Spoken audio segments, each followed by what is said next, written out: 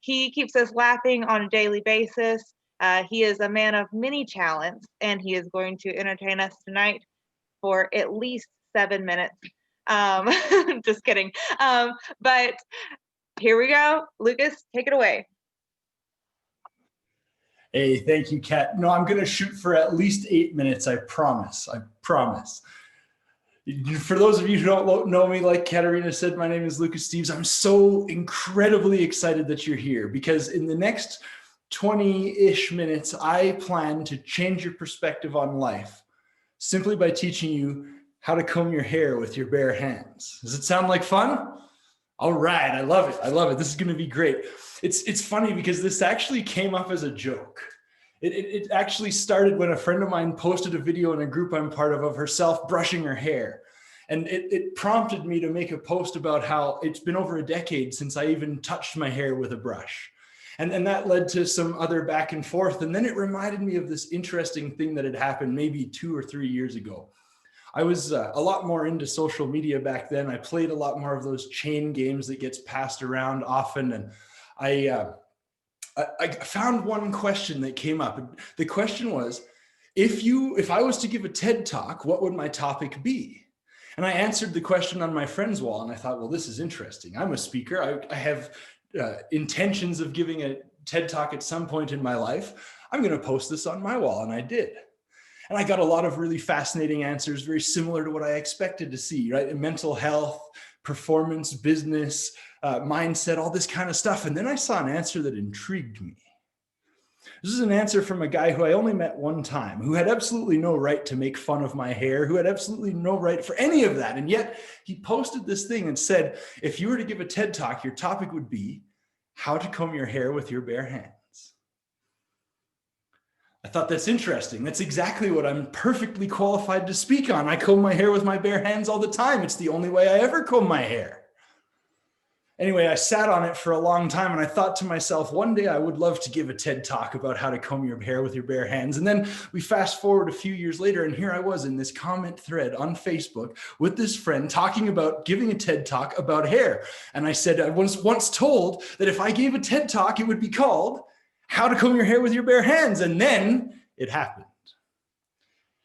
The next comment came along and it said, I bet you can't talk for 18 minutes about hair. And I said, oh, you have no idea. I didn't actually say that. I thought it. Because what this person didn't know is how incredibly qualified I am to talk for way more than 20 minutes about hair. So before we get started, if I'm going to tell you that I'm going to change your perspective on life by telling you about hair for 20 minutes, I better qualify my what's the credentials. I better let you know why I'm qualified to speak about hair. And it's interesting because for one thing, 2 people I'm going to talk about this story are in this same Zoom room at the same time, and that almost never happens. And it's kind of weird for me, to be honest, but I am the biological son of not one, but 2 hairdressers. Now, I want you to think about this for a second, because how many male hairdressers do you know who tend to make relationship choices that generally lead to children? I'm not saying the average male hairdresser is gay. I'm sorry. It's just how it goes. There's not a lot of men out there in hairdressing having a lot of kids. So the fact that I'm the son of not one, but 2 hairdressers is incredibly rare. And that alone makes me qualified to teach you about hair. But it gets deeper. Now, somebody out there right now, I guarantee, is saying, Lucas, that's where you're wrong. I go to barbers all the time and he's straight as an arrow. Yes, there are heterosexual barbers in the world. There are even heterosexual hairdressers in the world, but not many. And barbers and hairdressers are not the same people. They may still cut hair, but this is a very, very different job. I want you to imagine for a second, a barber is a guy who cuts hair, trims beards, and shaves faces. It's the sort of a place that a man goes to get his hair cut when he wants his hair cut and he doesn't want to say much while it's happening. A hairdresser is the kind of a professional that a lady goes to when she has a whole lot to say and is hoping that her hair gets cut at the same time. Right? Right, ladies? Am I right? I know this because of my next important qualification for talking about hair. I literally, and I mean actually literally, grew up in a hair salon. Literally. I was born into a house that had a hair salon in it. Then after my parents separated, my mother for many years owned and operated hair salons. For the first 20 years of my life, I was in a hair salon. I remember distinctly one day when I was in high school, my friends and I were going out. It was like around the age when we were just first starting to go out to the bars and the restaurants by ourselves. Well, not the bars, we weren't quite that old, but restaurants, right? You know, when you're like 15, 16, it's like, ooh, I'm out for dinner without my parents and it's all exciting. And I distinctly remember my friend Catherine looking at me across the table and she said, ugh, there's a hair in my dinner. And she pulled this long strand of blonde hair out of her mouth. She was disgusted. I looked at her kind of weird and I said, only one? See, I grew up in a hair salon for almost 20 years of my life. I don't think I ate a single meal that didn't have somebody else's hair in it. It was crazy. So to have one hair in your dinner was an amazing treat. It was mind-blowing. It was growing up in a hair salon that I learned that hairdressing is so much more about therapy than trimming the hair on your head. Anybody could trim hair on head. I know because I did it myself and for other people. I think I even trimmed my mother's hair one time. Anybody can do it. But to do it while you're listening to that many problems is a fascinating thing to have to do.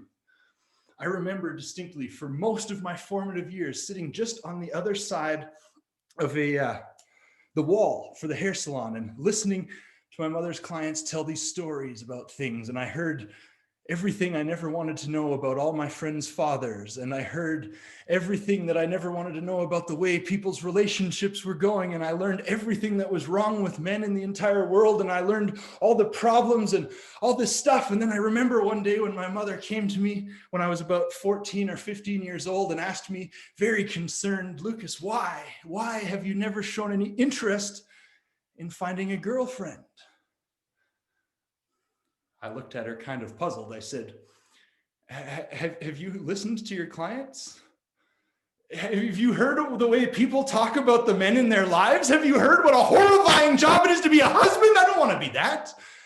And if I ever do, it's definitely going to have to be to somebody who doesn't give a crap about their hair. Let's be honest. Because if she ever goes to a hairdresser, this hairdresser is going to learn way too much about me, way more than any human being should ever know. But it was in this process that I really started to learn that hairdressing is more about therapy. It's more about talking. It's more about helping people feel okay about themselves than it is about actually doing their hair. And I realized that because over the years, I want to use the word pleasure, but I don't think that's the right word. I had the opportunity to get to know a lot of people who were really into their hair. And it puzzled me because people would come to my mom's house and they would spend $125, $150 on these fancy treatments, colors and blowouts and styles and all this stuff. And then they would leave. And I would find myself thinking, well, I wouldn't know the difference between when you got here and when you were leaving, other than maybe you have a few more bobby pins and it's freshly blow dried. I don't know why you spent this kind of money. And yet people would come again and again and again and again. And I started to realize it wasn't about the hair. It was about the way the hair made people feel. It was about the way going to the hairdressers made people feel. It was about that armor, that dressing that was on the top of our head. And I realized going to the hairdresser was way, way more about going to the therapist than the hair. So when I tell you that I'm going to change your life by teaching you how to comb your hair with your bare hands, I want you to know that I'm very, very qualified to teach you how to comb your hair with your bare hands and to change your life by doing it. Does that sound fair? Cool. I love it. I love it. Now, there's some other reasons that I'm fairly qualified to teach you about how to comb your hair with your bare hands. And one of them is the fact that I actually own a head full of hair. And from what I understand, it's actually quite nice. Now, I know it's actually quite nice because all the time, women are walking up to me and they're like, oh my gosh, I want your curly hair. And I can't say I blame them because having curly hair is great. It's like wearing a humidity gauge on your head. Every time you go outside, you know exactly how humid it is. It's wild. And it used to bother me. These ladies would come, oh, I want your hair. I want your hair. And it creeped me out. It was weird. But then I learned something interesting. I learned that some of those ladies wanted the rest of me too. And suddenly I was way more okay with them wanting my hair. Suddenly it was totally okay. And I was over all that trauma from growing up in the hair salon as a kid. But not only do I own a head of hair, but I've experimented with this head of hair. Well, no, I haven't experimented with this head of hair. My mother has experimented with this head of hair. And if you could see, I'm pointing at her on the screen right now and she's laughing hilariously. But when I was 12 years old, I had the opportunity to apply my very first color treatment to myself. You see, I had applied other ones on her. She had applied lots on me, and it had got to the point where I was wanting my hair colored so often, she finally just said, just go do it yourself. So I did. Fire engine red it was. I colored it all up. I lathered it up. I stained the crap out of the bathtub. And I had amazing hair for a couple of weeks. And then, of course, it started to wash out because she would only let me use semi-perm color.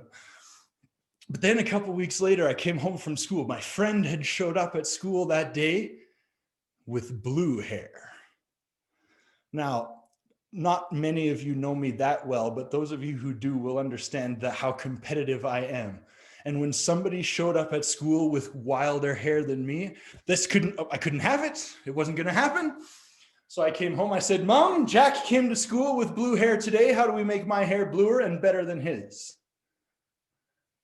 And she said, well, the first step to making your hair bluer and better than his is simple. We have to bleach all the color out of your hair.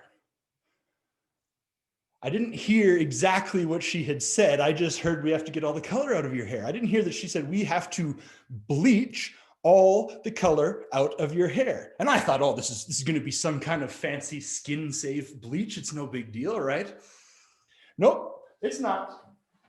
Very literally, her plan was to bleach all the color out of my hair.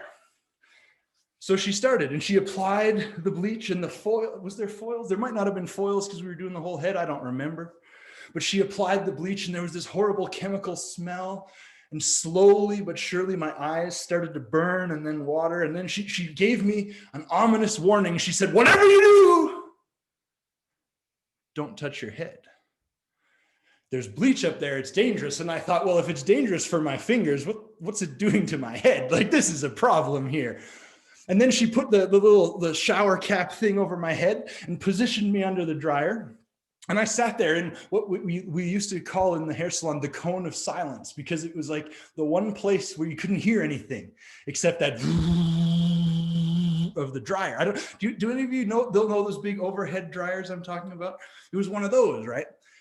And I sat there and my eyes were stinging with the bleach fumes and they were, but I had my eye on the prize, right? And that's what they always say, keep your eye on the goal. And the goal was to have bluer and more fabulous hair than Jack at school. So I had to wait until all the color was out. And the pain was getting intense, more and more intense and more. It was starting to feel like fire ants were crawling on my head.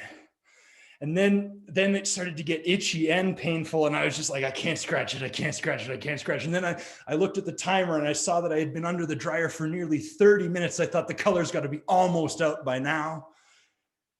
It would be safe to go for one little scratch. So I reached up and I scratched just a little bit in that one spot where it was so painful. And then the little fire ant feeling turned to a full-on inferno. And then the pain started to get unbearable. And then finally I was shrieking, Mom, you gotta get me out of here. You gotta wash my hair. I can't take it. I can't take it now. I can't. And she said, the color's not gonna be out. I don't care. Wash it out. We'll figure it out. I'll color it back to brown. Whatever. Get me out of this pain. And so reluctantly she agreed and she washed my hair and I could see little bits of it sticking out. And I thought, oh, this isn't gonna be too bad at all. This is gonna look okay. So then my hair got dried and I got in front of the mirror. I had the towel wrapped around my head, like you do. And I took it off. And I looked at myself in the mirror. And I said, I could do banana yellow. I could handle having a chartreuse traffic vest colored head for a few months. This isn't so bad.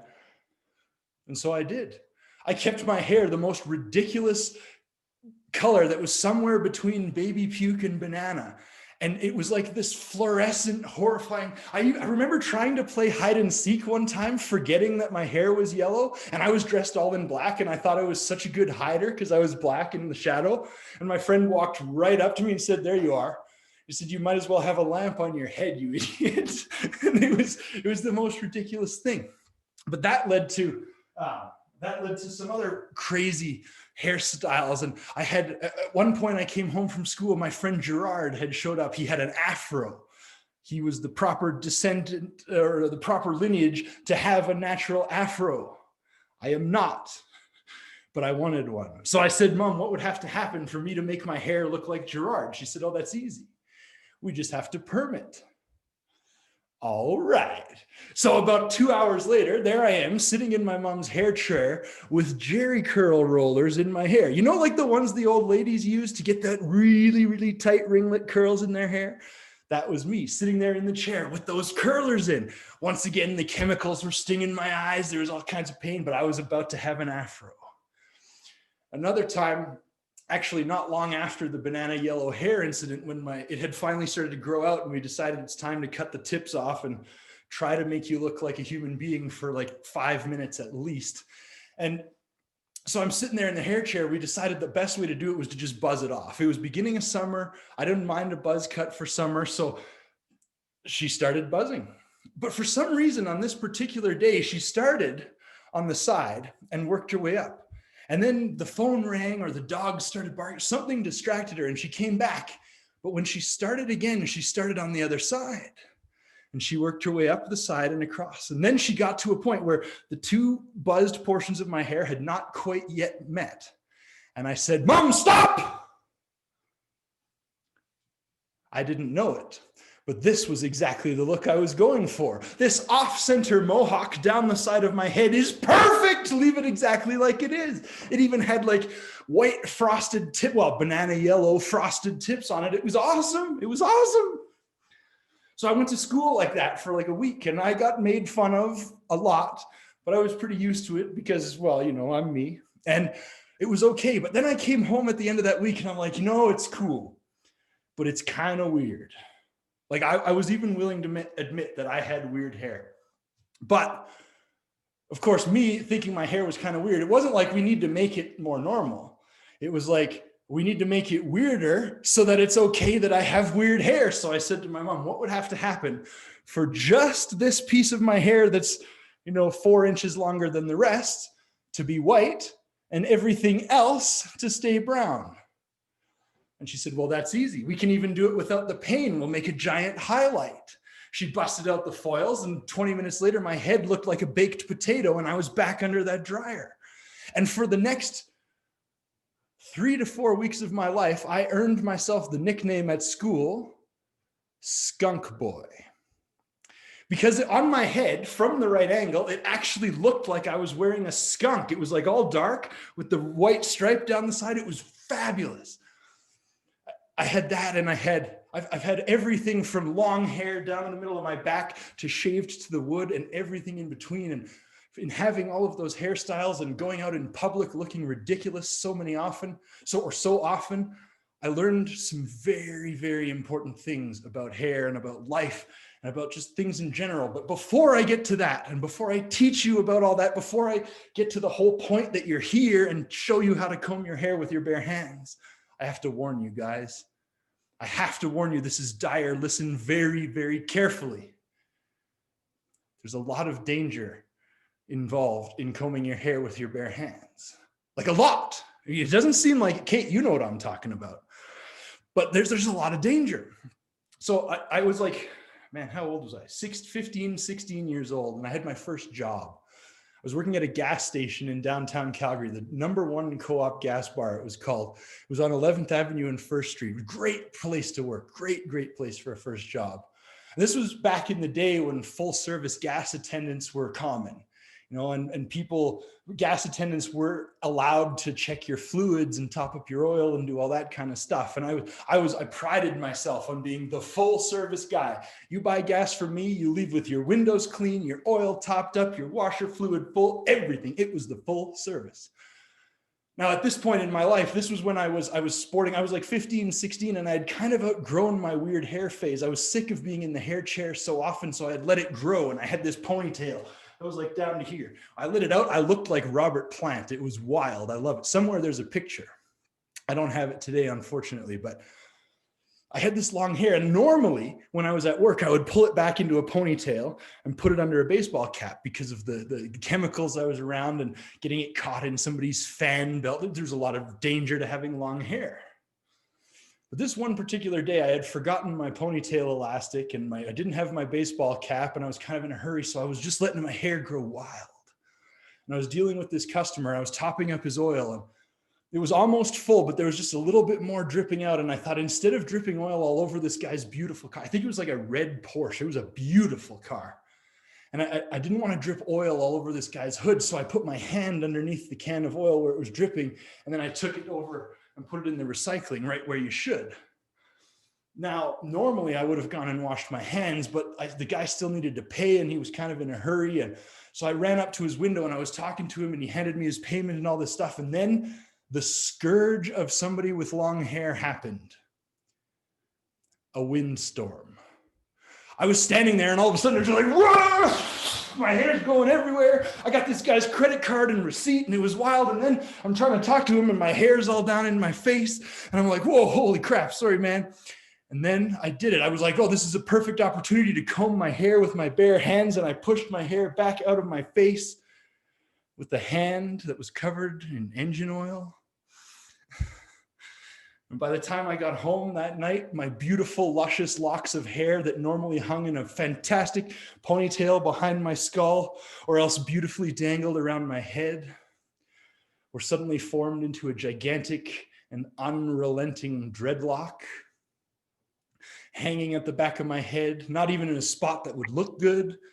And I suddenly was faced with the decision: do I endure hours of painful combing and painful combing and conditioning and all this stuff to hopefully, maybe, possibly get this mat out of my hair? Or do I just say so long to 3 years of long, hard work growing my hair and cut it off? And I was at a tough point. It was a tough decision to make, because by that time, my hair had become part of my identity. My hair had become part of who I was. My hair had become one of the things that made me feel all right about being myself. And so to cut it off felt like I was cutting off my arm or my leg or some part of me. And it was really hard. It was one of the hardest things I ever had to do, but I did it because what else was my options? And I did it. And for about a week, I felt really lost without my hair, I'm going to be honest. But then after that, I started to realize something interesting. I started to notice that nobody treated me any differently. Nobody had anything different to say to me. Nothing about my life was different. I was still the same me. I was still interested in the same things. I still did all the same things. My hair didn't change who I was. And I started to think back to all of those people that I had met in my mom's hair salon growing up, who were so painfully attached to their hair and so painfully worried about what their hair looked like, and how having a bad hair day or having like half a quarter of an inch of roots was this horrible thing, or a little bit of split ends was going to ruin your day, or whatever it was. And I started to think about all these people, and I realized these are people who had attached their meaning of life and their happiness to their hair, and more importantly, to what they looked like. So I want to tell you that combing your hair with your bare hands is really easy. All you got to do is take your hand, you stretch it out in front of you, palm up, spread your fingers a little bit wider, and you give her one of those. It's really that simple.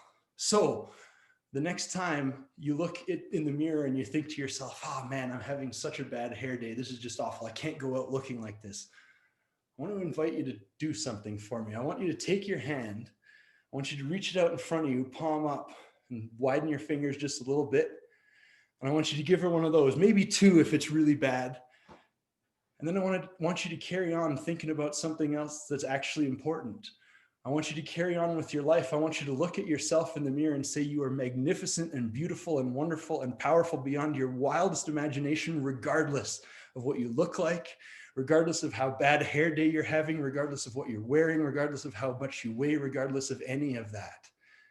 So the next time you're having a bad hair day and you're feeling bad about it, run your fingers through your hair and get onto something important, because life is way too short to spend it worrying about having a bad hair day. Thank you. Awesome. Let's unmute and give him a round of applause, everybody. Yay, Lucas. Yeah, buddy. Yes, that's amazing.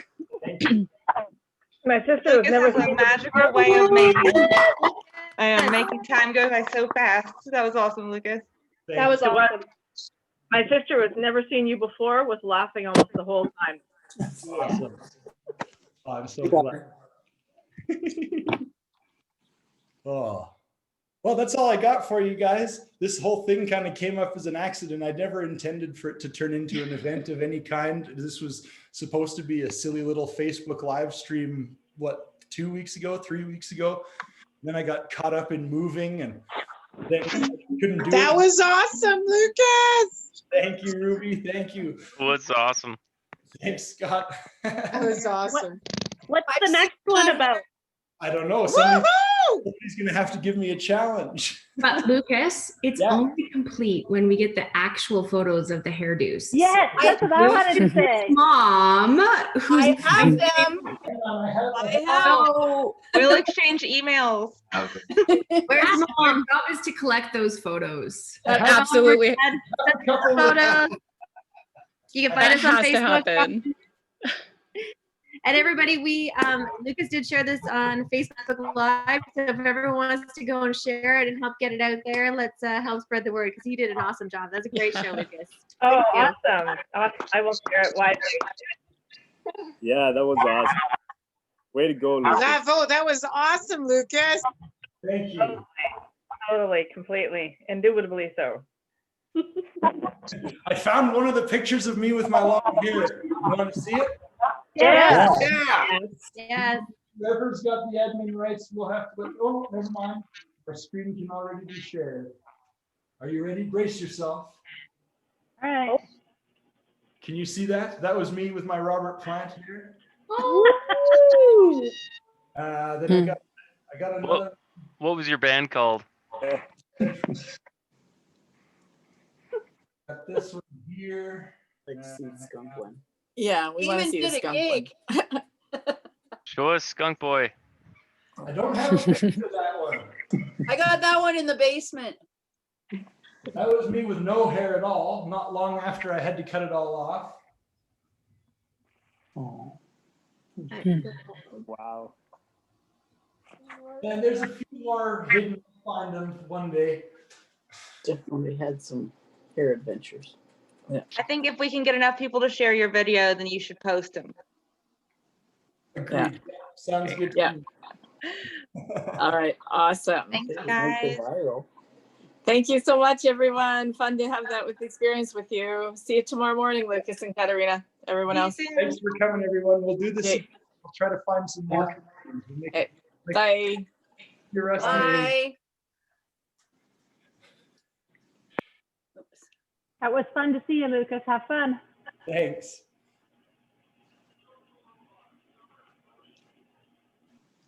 This is my first Zoom meeting. I really have no idea how this works. Can you hear me?